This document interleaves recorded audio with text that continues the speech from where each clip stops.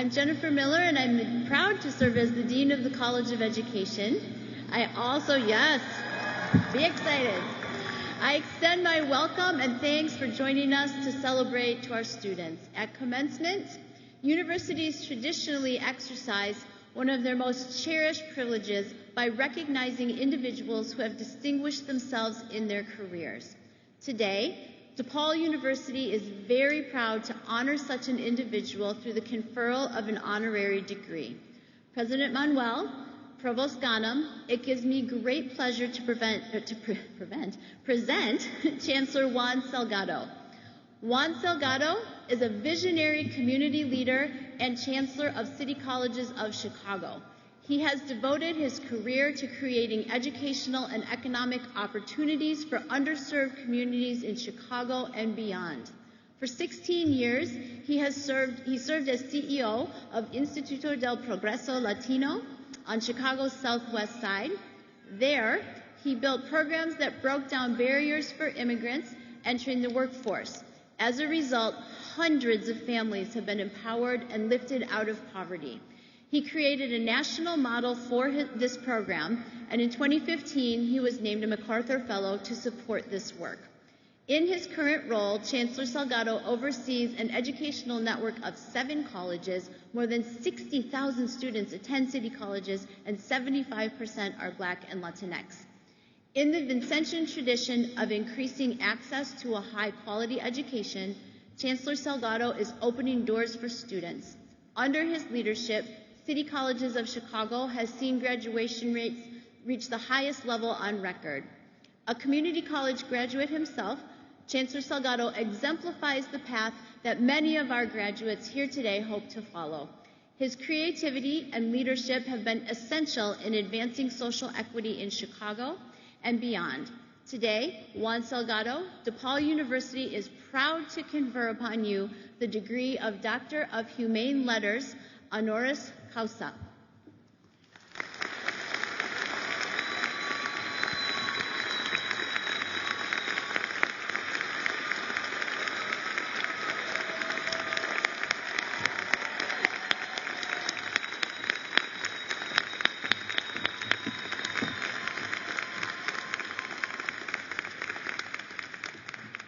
It is my honor to present our commencement speaker, Chancellor Juan Salgado.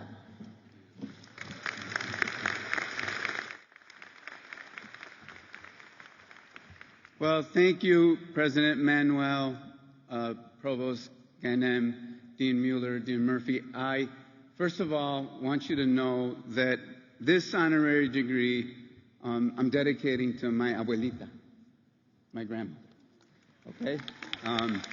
My grandmother's name is Vicentita, Vicenta, fittingly so, since we're here at DePaul. And she couldn't write her name.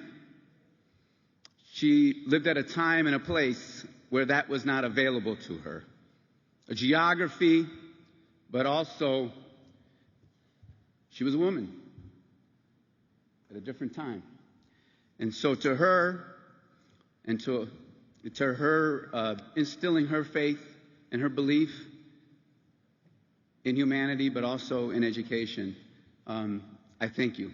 On behalf of her and the generations that she was a part of, I appreciate, this honor. Our values, my values, our family's values are completely aligned with the DePaul values and DePaul vision for a great society. So thank you so much.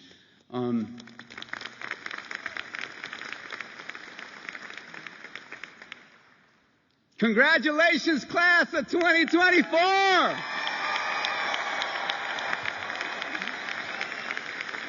We're here because of you. I know my role. Get in and get out. Your time is very valuable. It's the most precious thing you have. I'm going to take a little bit of it, but not too much, okay? I just want to share some simple observations gathered from my more than 25 years working in Chicago communities. You know, Chicago communities full of talent, full of promise, the kind of talent and promise that each of you possess and each of you are realizing. Look, whether you're headed to the classroom to teach, off to a nonprofit organization, into the corporate world to work on communications or policy, into another unique path, whatever your plans are, let me just share these very simple observations. The first is, always be true. Be true to you. The leaders and colleagues who I admire the most are those who allow themselves to be known. Those leaders who have most impacted my life, the teachers, coaches, counselors, colleagues, elected leaders, policy makers, they've all opened up themselves to me, to others. They are very different people. Serious, stern, humorous, kind.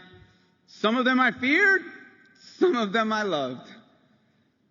Well, but they were most comfortable and therefore the most transformational in the classroom, in the workplace, in the community, wherever they were, when they were 100% themselves. The world needs to know you. Authenticity matters. It's a prerequisite to a meaningful relationship. Nurture, grow, and advance the human spirit by getting to know others and allowing yourself to be known. How many times do we go and don't allow ourselves to be known? Second, be kind and be human. We live in a society where dehumanization is a regular, constant occurrence.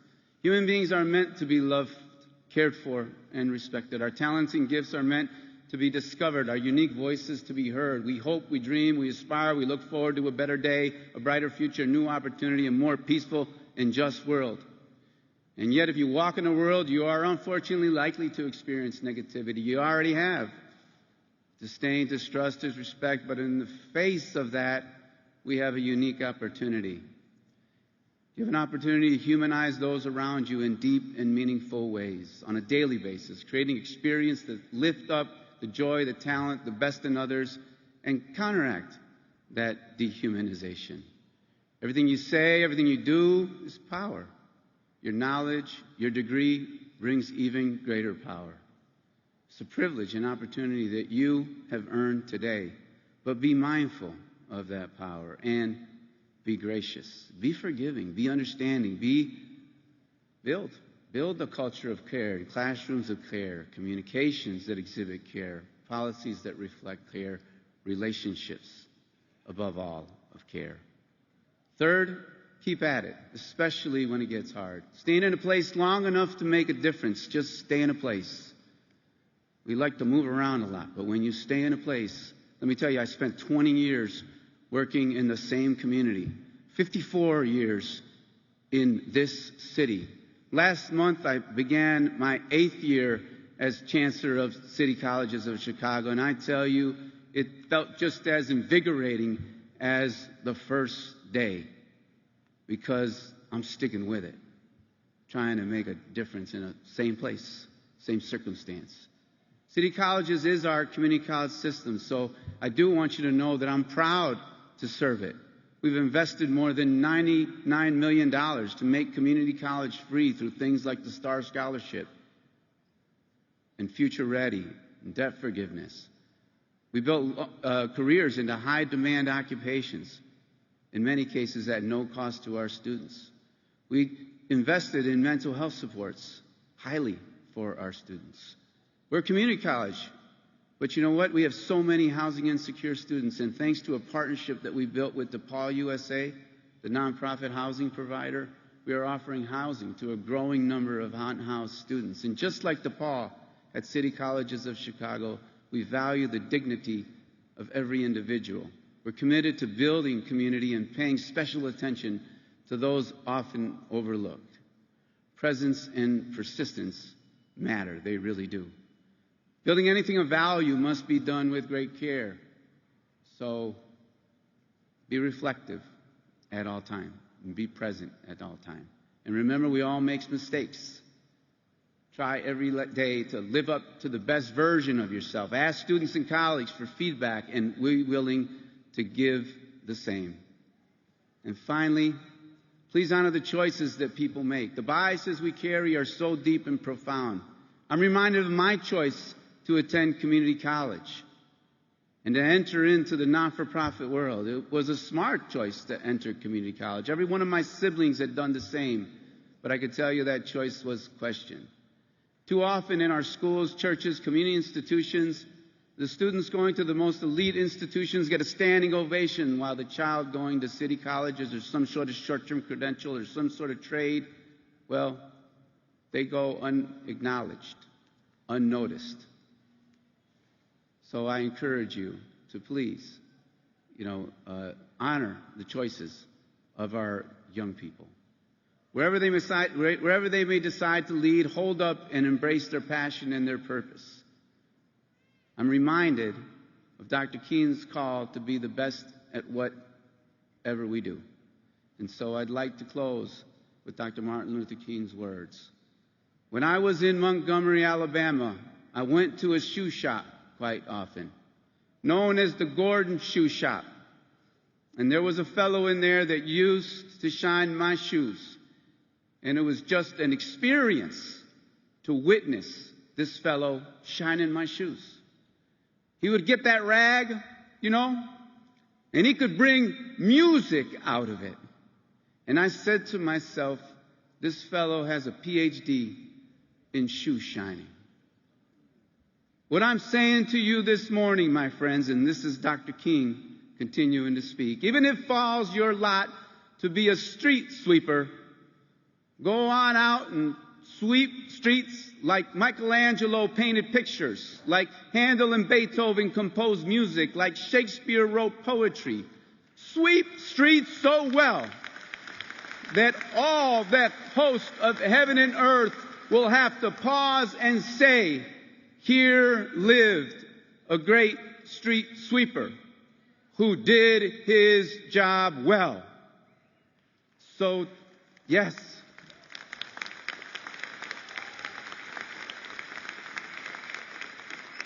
Today I honor the street sweeper as I honor you with these words, as Dr. King honored the street sweeper. So today I'll challenge you to go out into the world to fulfill your mission. Become an educator, a communicator, a leader, like Michelangelo painted pictures, like Handel and Beethoven composed music, like Shakespeare wrote poetry, and inspire so well that all the hosts of heaven and earth will have to pause and say, here lived a great educator, a great communicator, a great leader, a great class of 2024. Congratulations to you. Go out and do great work.